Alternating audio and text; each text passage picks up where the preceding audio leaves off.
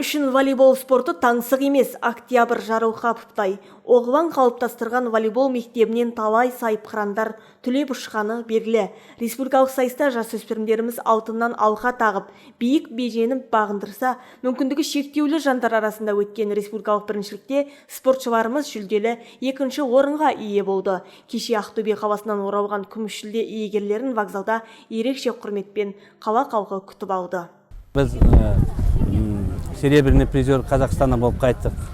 Командамыз өте дружный, жақсы дайындалдық. Бізге сол поездкаға көп көмек берген осы біздің кәсіпкерлердің бастығы Дарибаев Налибай деген кісіге көп рахмет айтқымыз келеді.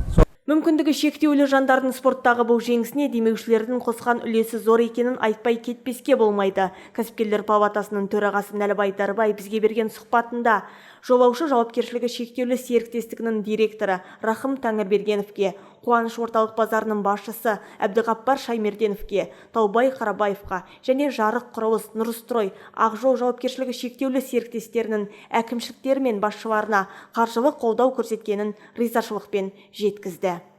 Түркістанда үлкен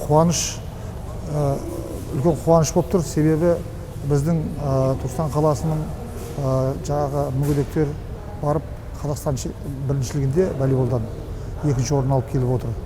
Оған осында жетістікке жетуіне себеп болған осы Түркістан қаласының кәсіпкерлері. Егер де облыс спорттық департаменті болмаса өзіміздің Түркістан қаласының әкімшілігі осындай мүгедектерге қолғабыс көрсетіп бар уақытта жарысқа баруына қол ұшын созған кезде бұдан да үлкен жетістіктерге жетер ме деген ойда қалдық.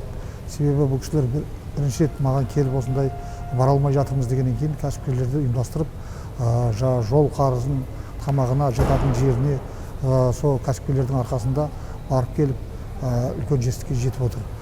Республикалық сайысқа қатысқан 8 команданың ішінен топты жарып, екінші орынды иеленген Оңтүстік Қазақстан облыстық құрама командасының мүшелері түгелдей дерлік Түркістан қаласының спортшылары. Мүгедек болса да мүмкіндіктерін шектемей, шешуші сәттерде облыстың намысын қорғаған жерлестерімізге толағай табыстар тілей отырып, оларға қол ұшын беретін қамқор жандардың қатары арта берсе деген